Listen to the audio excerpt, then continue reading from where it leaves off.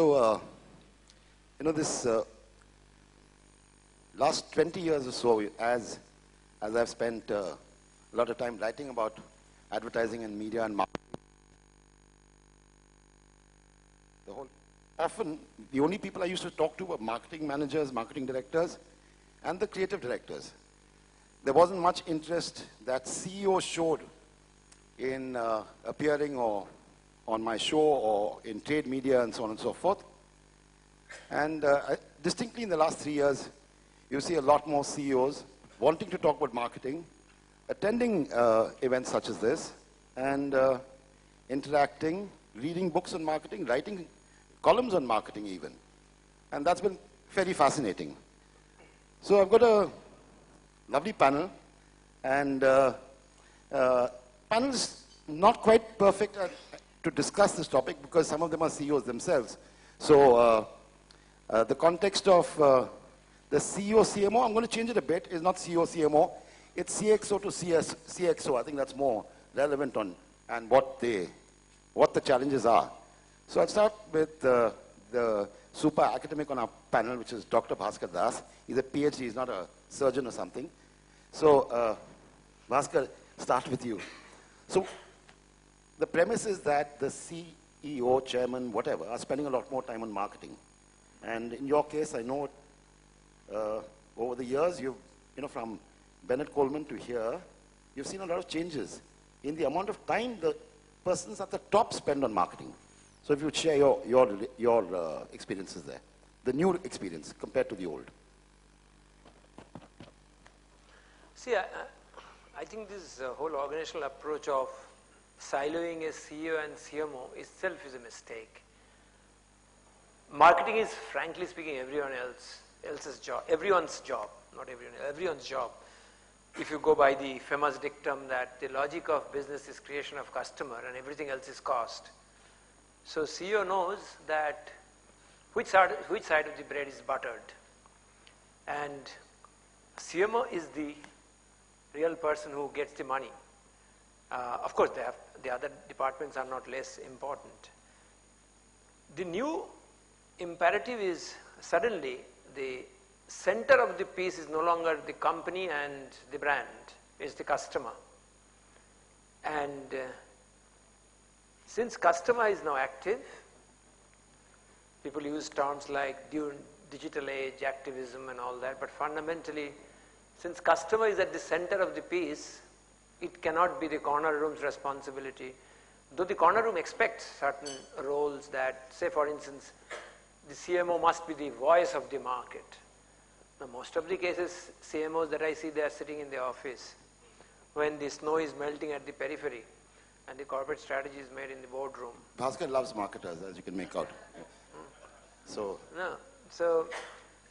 this is very important that people have to spend time in the market. So that is one. Second thing is that today it's possible to know, the N is equal to 1, that market of 1 is possible to know because huge data analytics, both macro and micro view you can get of customers. If you talk to Flipkarts of the world and any of the digital company or the e-commerce companies, the kind of analytics they get. So to that extent, CMO is actually should be a technologist and an algorithmist, if I may say. Right. Brand steward he has to be. He has to be a deep insight provocateur, if I may say, in terms of the analytics that one gets. And of course, I expect now, since it is the CMO needs to be both an integrator and a force multiplier in terms of the people who are working across departments. So it is not about silos of geography, product, and the departments. It is about the organization delivering a customer service. To get back to why has this marketing story or marketing discussion gone higher and higher and up and gone to the corner room? I told you in the first sentence itself, the logic of business is customer. Customer creation of why customer. wasn't that realized 15 years ago when the corner room was a corner room? No, because 15 years back, you can get away with murder, that you can give whatever you produce, you can go and you can give it to the customer whether you like it or not. So you can get a 10%, 15%, 20% CAGR. Today, the bends can happen anytime. Previously, bends used to happen, at a certain gap of time. It is no longer so. It can happen anytime. So I still remember there used to be a long period of stability interrupted by instability in between. Now it is long period of instability interrupted by stability. Right. So it's a punctuated equilibrium. So in a punctuated equilibrium, you cannot go into silos. Fundamentally, you have to serve customer as an organization. It is not about CMO and CEO. Gurmit, 5-6 years ago, you were CEO of a magazine, and now you're heading Yahoo in India. Now tell me, what have you seen the changes of the people you talk to on the client side? Has it moved up the chain, or is it still at the level that you used to see it once upon a time? So I'll take inspiration from Karthi, right, and narrate it in the form of a story. So 5 years ago, marketing was all about, you would talk to marketing people and they would talk about how there is a brand plan which is kind of made, and that brand plan had various elements of marketing, and those marketing elements got executed over a period of time. So as a publisher, when you would approach a marketer, he would say, okay, there is so much amount of it allocated to print, so much is allocated to television, so much to digital, and therefore, this is the part which I think you will get, and across campaigns you would get that kind of money. Now I think the big change is, marketing has become 24/7. Thanks to the development of digital media and mobile phones, we are all 24/7, which is there. And if you are there 24/7, if the customer has to be tapped 24/7, you are looking at many more channels to tap him 24/7. So let's say if I were to be a sports shoes, it's not about being a sports shoes alone. You need to have a health band. But Gurmit, if we stick to the quality of the conversation, in your client side, where is it going? In the sense of, earlier it was only the marketing manager or marketing director. Now has it moved up to, are you involved with CEOs in the conversation compared to 5 years ago? If we stick to that zone so that we stick on. Yeah, absolutely. Yeah. So getting to that point, so therefore now the entire thing is, digital as a field is the new field. And there is no book which has been kind of written on it which you can follow, like the 4 Ps of Kotler. So when that happens, when there is a new thing which is there, in the market which is kind of evolving, the CEO also has a point of view like, many others. So the CMO has a point of view, the CEO has a point of view, and therefore marketing today is more collaborative. It is more kind of sharing what you know, your experiences, what is happening across the world, how clued you are in. And the discussion is therefore more evolving than what it was earlier. Jaideep, I'm going to ask you something based on, a little bit on what Bhaskar said, a little bit on what Gurmit said. Bhaskar suggested that the CMO has virtually got to be a CTO because of the algorithms, because of the amount of data coming. Now he's talking about this evolving language that is going on. And my question to you, are the majority of CMOs and CEOs you meet fit for the jobs they are in, their ability to understand the changing data, changing environment? Yeah, ask me the easy question. Yeah, of course I must. Yeah. I'd love to respond to that also. Yeah, no, we'll come back to you. So the answer is that practically no one in the ecosystem is equipped. That is so safe.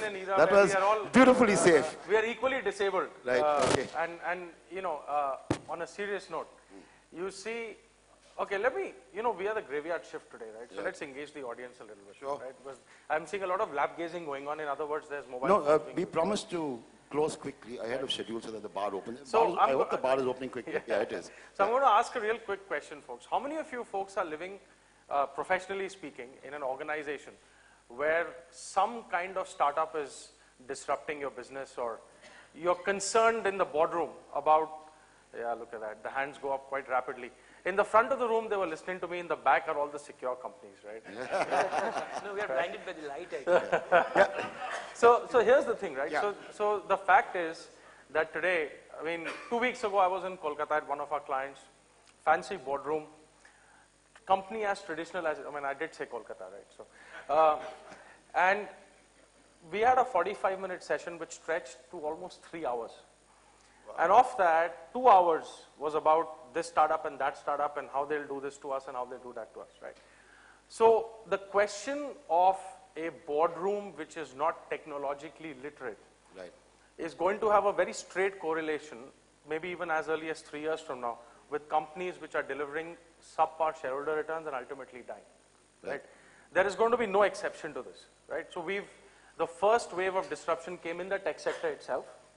Now you're seeing, you think of a paper boat, and they've got a whole number of FMCG companies running scared because they've created a brand based initially purely on the digital marketing, right?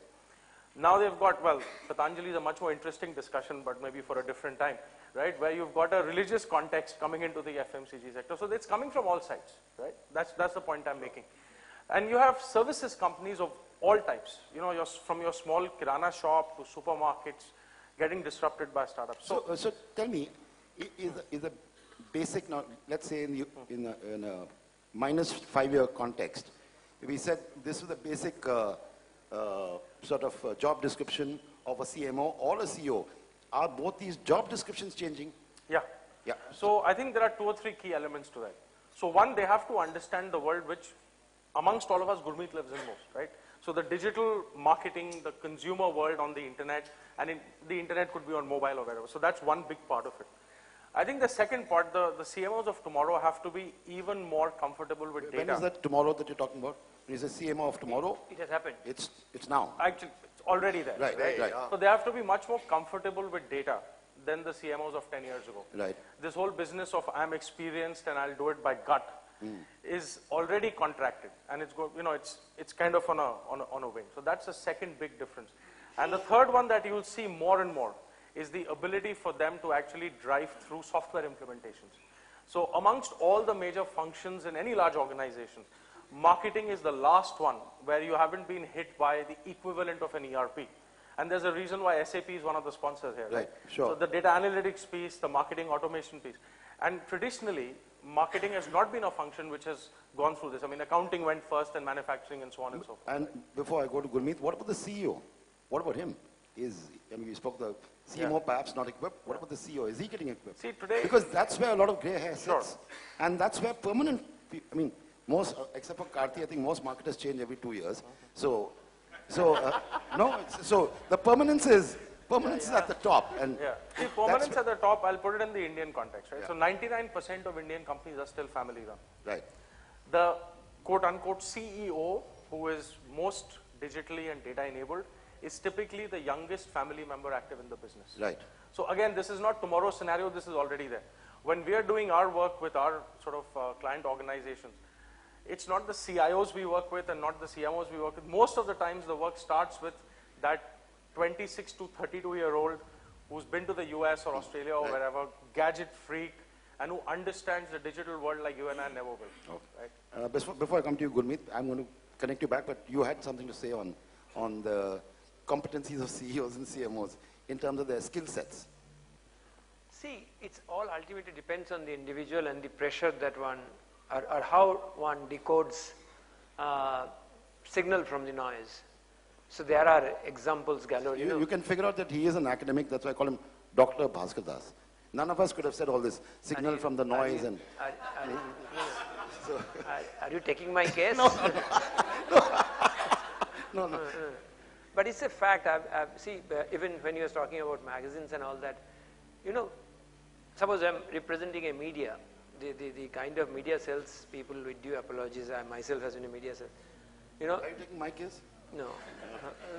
So I've seen that how we waste time of the marketing, the CMOs, because they also don't want to meet because of the fact no one talks. And I've always seen this problem of people not getting appointments, so you meet at the junior level.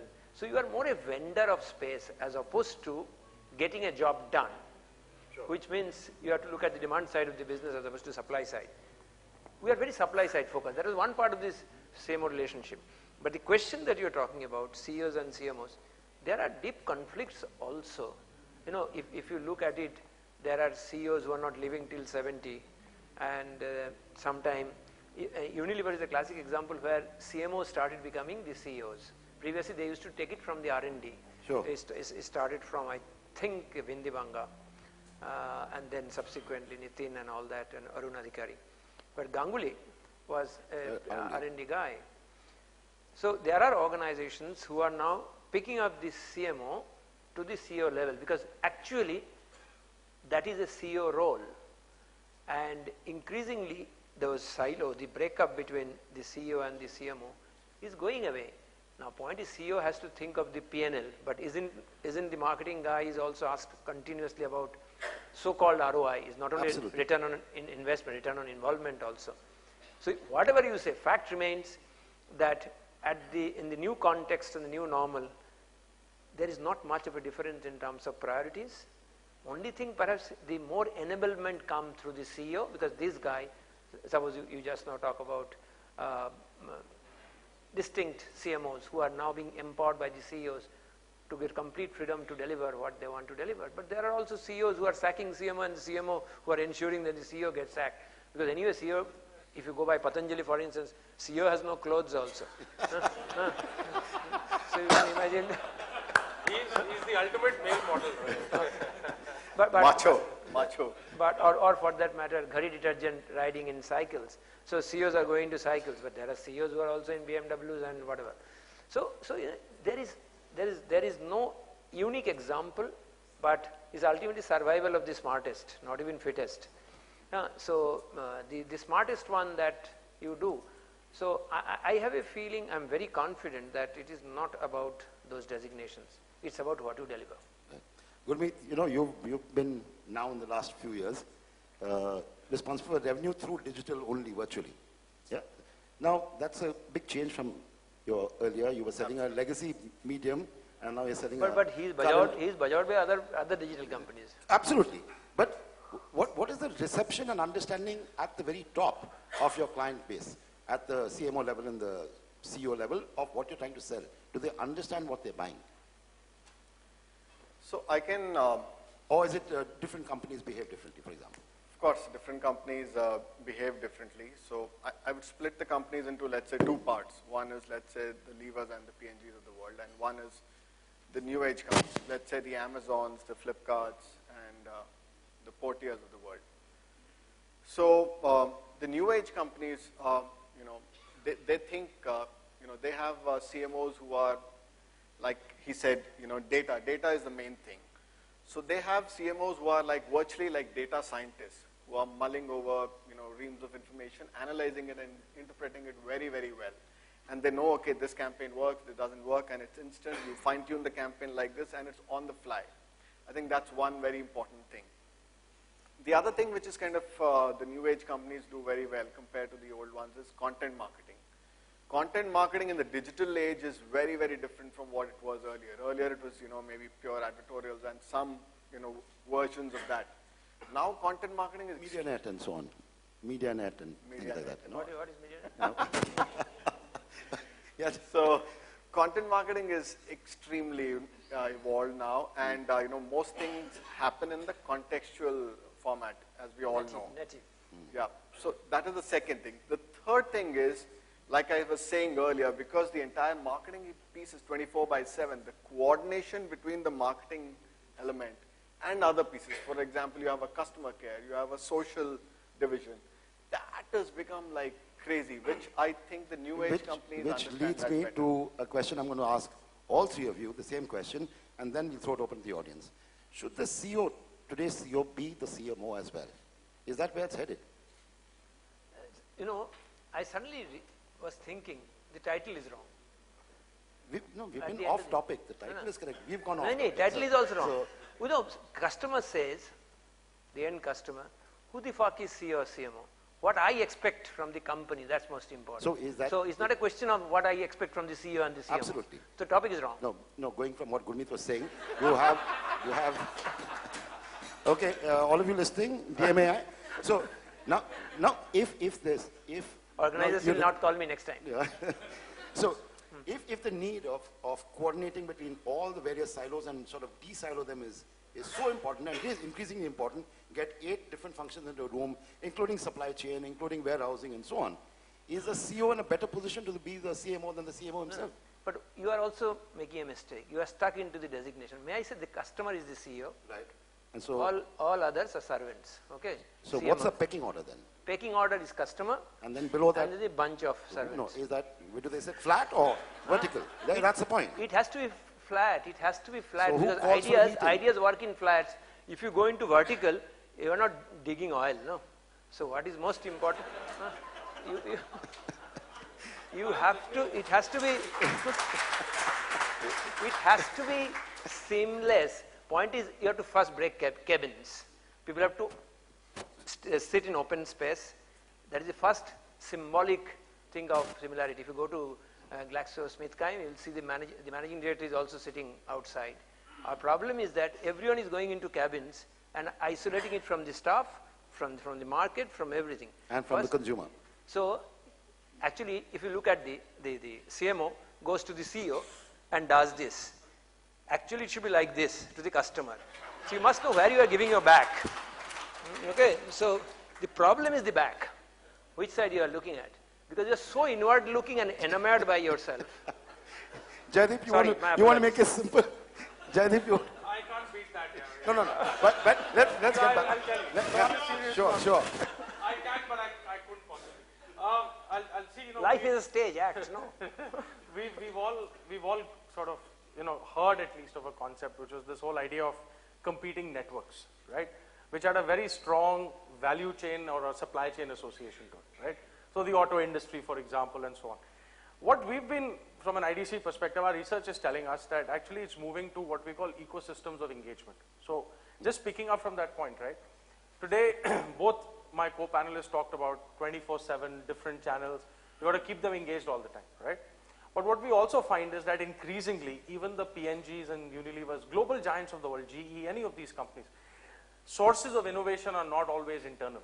In fact, for the most part, they are partnering with small companies we've never heard of, or either acquiring them or, you know, in whichever way or form to get the next wave of innovation out. So that's one important stakeholder which wasn't there 5 years ago. And the CMOs have an added responsibility to start engaging this ecosystem as well. The other key thing, and again is that easier for a CEO to do than a CMO?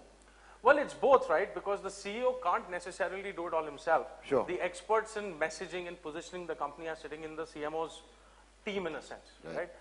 And again, it can't be, you know, it's difficult to put a org chart around it. Right. Because keep it flat, like he wants it. Well, flat pizza pie structure, there are so many ways you can visualize it.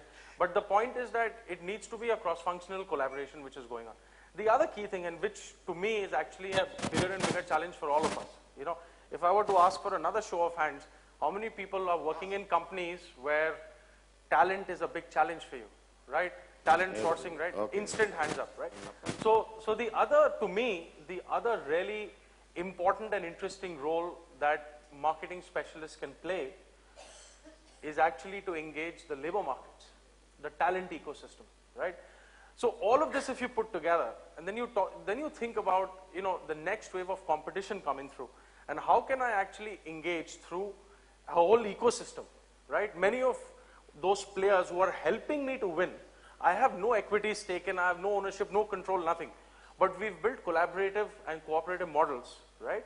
Where we are marching together, and all of us win together, right? Now, if you think of competition in this way, there's a very radically different view of what the CMO-CEO equation is and what they should be thinking about going forward, right? Absolutely. And last word from you, Gurmit. Yes. Just one point I want to say. He talked about research, so I'm just differing a little bit. When it's a different perspective, not a differing perspective. That means you can take both. It's an added perspective. It is not replacing his perspective. Right. So take both. You heard what Jaideep said, now you heard what Dr. Bhaskar said. See, the companies love to do research. Research companies are also good, but it's good for them. Who is researching whom? I think more important is that CEOs, CMOs, or whatever marketers need to consult an ENT specialist. How to improve the hearing ability rather than shouting. Because we used to, I was also grown up in that, shouting, I am the best, chest thumping. Listening ability is not easy because you have to deep listening. And that's what I'm saying, that if you take social listening tools, how actually market consists of people and people are having conversation, and conversation create communities and commerce. That conversation listening is a problem because everyone is researching. The customer who is actually actively researching us, I think that is where is the huge difference in terms of capability development of the organization as a unified whole. or unified entity to serve the customer and not by designation and role fixation. Perfect. Gurmit, your view on... So I'll answer your question. So according to me, the CEO today has many more challenges, like talent being one of them, which he was talking about, than ever before. That is one.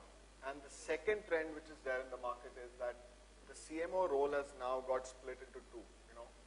There is a product head who's evolved, who's an equivalent of a CMO. And so either you have a CMO who's a CMO plus a product head, or you have two divisions which are product as well as marketing. So these are the two big changes which I see happening in the last couple of years. Well, with that, I'll wrap this up. What is the conclusion? Can I help? So, I was going to do a quick wrap of what I get out of this. There's little doubt that the role of CMOs and CEOs, the roles have changed dramatically in the last few years. There is a lot more need for internal collaboration and flatness of structure, as I think all three panelists have said it in different ways. And there are going to be challenges for the CMO and CEO in areas such as innovation, which Jaideep brought up, talent, which has been brought up, and of course listening to the consumer, which Bhaskar brought up. And I think what it sort of forces me to believe is that the CMO and the CEO will be almost joined at the hip in the next few years if they have to sort of navigate the next stage and ward off competition. So, I mean, that's it. It's a short and as simple wrap I can do of this. Now we are open for questions. And if you want...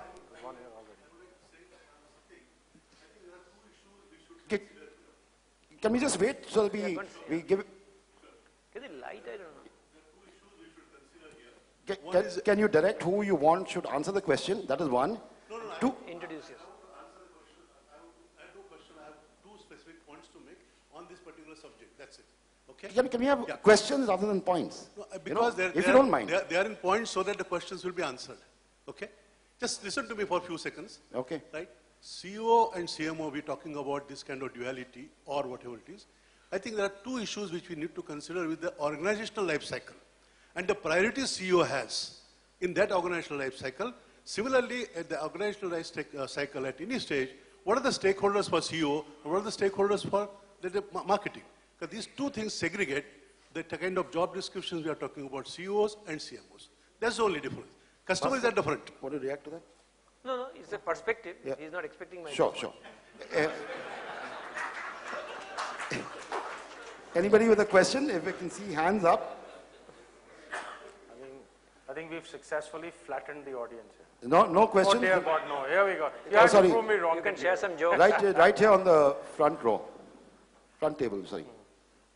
I think it was after the last session was probably the best session. I couldn't attend the beginning morning sessions, but I'm told that none was as entertaining as this. Thank you very much. It was very nice.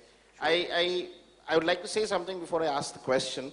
What Gurmit said, that the division between product marketing and product head is becoming a trend. Unfortunately, today when you meet a CMO, you don't know whether he's just making posters or he's making product as well as the poster. Sure. I come from an organization which have to, we make both, and marketing has to take care of both. Now, according to you, Gurmit, and I'm specifically asking, as a CEO, what kind of CMO would you prefer? Would you prefer a person who handles both product as well as making the poster, makes the product and makes the poster, or just makes the poster and you need a separate guy who's making the product? So I would prefer a person who is a product head, a person who is making products which kind of make the brand bigger and bigger. The example which I was quoting was of sports shoes. A sports shoe is no longer a sports shoe. It is a sports shoe plus a health band plus a lot of mobile apps. So I would prefer a product head who is able to expand the brand by having more products for the mobile, by having more wearables. When Gurmit used to work for Network 18, he used to say mobile. I was going to Yahoo, he says mobile. Mobile. So I just wanted to... No, it's an American company. So anyway, carry on. Gurmit, carry on. That's it. You're ignoring HT. This is a great example of an ecosystem rather than just network, right? But several players, so the folks who are doing the mobile apps, These are cultural realignment. cultural realignment. And the folks who are doing the fitness bands are not necessarily the same company, Right. or even associated with the same company who are making the shoe. But all three can win together. And that's Perfect, the key difference perfect. in the digital age. Right. Any other questions? But Ghosh Sahib, can I answer? Yeah, of course. See, you are not really doing hair splitting. Poster banao ya product head and all that. These are all subsets. These are activities, not accomplishments. So I really don't know what is the preference of. No, I would prefer a product and not poster. So poster कौन बनाएगा? नहीं वही तो आपको दोनों चाहिए या सिर्फ एक से काम When चलेगा? you're marrying, are you looking for a lady or are you looking for someone who can cook, someone can do this? I don't think that works that way. It's fundamentally you have to serve customer. You better do it, otherwise get lost. Okay.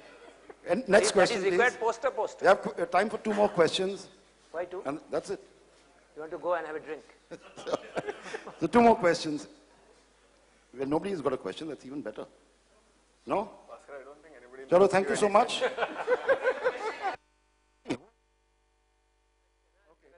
No one will ask me a question. Sorry, here. What is this? There's a question here. Don't tell me you have stopped being curious. Ask Bhaskar. I bring up a very, probably an older point, but I think while we talk so much about marketing and product, right, we are limited to a thinking towards e-commerce and mobile and digital. But let us go to manufacturing companies, right? In how many cases your conclusion will be true for manufacturing companies? How many cases the conclusion of marketing is so important will be true for companies where marketing hardly matters today, right? For example, Unilevers of the world, marketing has always been the king, right? Or even in digital companies, marketing is always the king. But let us pick up industries where marketing has never been the king. Okay, can you suggest one? Manufacturing. Because, pardon? Manufacturing, right? How many manufacturing companies, CMOs can become CEOs? Is there even a single example? Right? So let us pick up industry where marketing is least important. Let me give you an example. No, you're taking steel, cement, and you're talking. Yeah, let us say steel. Right. So how many steel companies will make a CMO? First of all, how many have a CMO? And how many will have a marketing function properly? And how many of them will make CMO CEOs, right? We are talking within a very, very limited context of digital, media, product, and maybe FMCGs, where marketing is anyway the king. No, I don't quite agree with you there. We are only going with to raw materials you're leaving out. It takes, you leave out your steel and cement and oil, and everything else has got a marketer and everything else got a... I think the key differential Bank here is where you are in industries where they are fundamentally commodity price driven. Absolutely. Marketing has not been the king historically. However, if you look at the trend, so you talked about manufacturing, right? So there's a company in the NCR area which makes boilers, right? These folks then decided to put sensors inside the boilers so they could manage them remotely. They have this is a case study we've done. They've got installations in 62 countries, as far west as Guatemala, right? They've set up a network operations center where they are now offering maintenance as a service to their customers, right? None of this is possible if they're not able to craft a very, very contextual, content-driven, intellectual marketing message and sustain a campaign to their hundreds of customers around the world, multilingual, multicultural, and so on.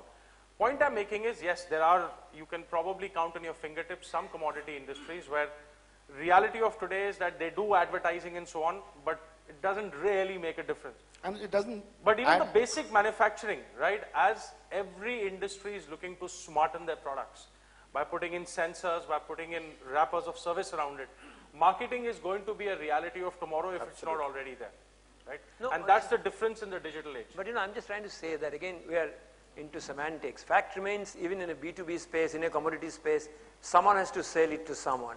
Now, there might be CEO is doing the work, maybe he's playing golf, he's going to have drinks or whatever. Fact remains, you have to sell. He's talking about upgrading the products, otherwise will be out of market. So when that is, work is being done for the customer, whether it's done by CEO or the CFO or whoever it is, fact remains, the functional relevance has to be there. It's not limited to digital, not limited to FMCG companies, not limited to banks. You cannot, if logic of business is doing business, it has nothing to do with sectors. It can be, thrust can be different, nomenclatures can be different, but marketing is part of life. So wherever you think of customer, I think you would always want to enhance his experience through innovation. And wherever you have innovation, to market that, you would need marketing. That's the way I would That's it. Any professional services or IT services. Can you talk into the mic, please? Can you talk into the mic? I think if you take any professional services, IT services, consulting, the whole IT technology world, which was the largest in last 8 years, 2000 to 2008, which gave us so much growth. There's no marketing. There's not even a decent CMO in India. Yeah, sure. So I've come from, and I'm going to sprint back to the NASSCOM forum, 2 hotels down the road, as it were, right? I can assure you that from Chandra to CP to all the big CEOs today are extraordinarily concerned about how to change the image of their own company and of the industry as a whole from labor contractor / arbitrager, etc., to a digital partner. And all morning, right, they had conversations about these. They actually had the Yes Bank CEO come in and talk about how we built a brand in an already crowded sector with giants like ICICI and HDFC and so on. Kotak is another great example of that, right? Yes, So the fact is that, again, you've hit on a great example, right? This is an industry which grew up inarguably on the back of labor arbitrage, right? Even then, they were marketing. It's just that it wasn't visible to you and me because all the marketing was in the US, right? All of them have CMOs who report directly to the CEO, all of them. And all of them have vertical heads who are quasi-marketeers themselves. And you know, the point you made about every business leader is a CMO, I mean, there's no better example than the IT services guys, right? Then you look at the professional services people, and you have the Accenture golf tournaments and the KPMG vintage car rally and so on. These folks are putting their brand out there where their salmon are coming upstream, and they are the bears, right, waiting for them. So all of them do it. You know, the budgets may be different. They may not be staring us in the face on the 9 p.m. TV slots or on Yahoo's homepage and so on. Who watches the 9 p.m. TV? So you watch it? Well, apparently a lot of people do. It's the best BD platform for crusade, in my opinion. Especially when you want to know what nation wants to know. Right. Okay. And yeah, one last question at this middle table. Yes. The current CEO of Tata Steel was the CMO. Yeah, that's it. Thank you. Oh, sorry. One sec. Thank you. That concludes the session, right? No, we've got a last question. We've got a last question here. Yeah. This stage is a little overweight on publishers, so I have a question which is CMO relevant, which is that, and to your point, Bhaskar, that people are vending space, which we perhaps no longer need that much because we are all having to turn into publishers. Is advertising, at least, the advertising piece of the CMO mix, is that at least under threat of being nearly extinct? Gurmit, Bhaskar, Anant, even you perhaps? Now, first of all, there's a data inaccuracy. I think it's not overly skewed towards publishers. Is it? Who is a publisher? Yeah. I'm from television.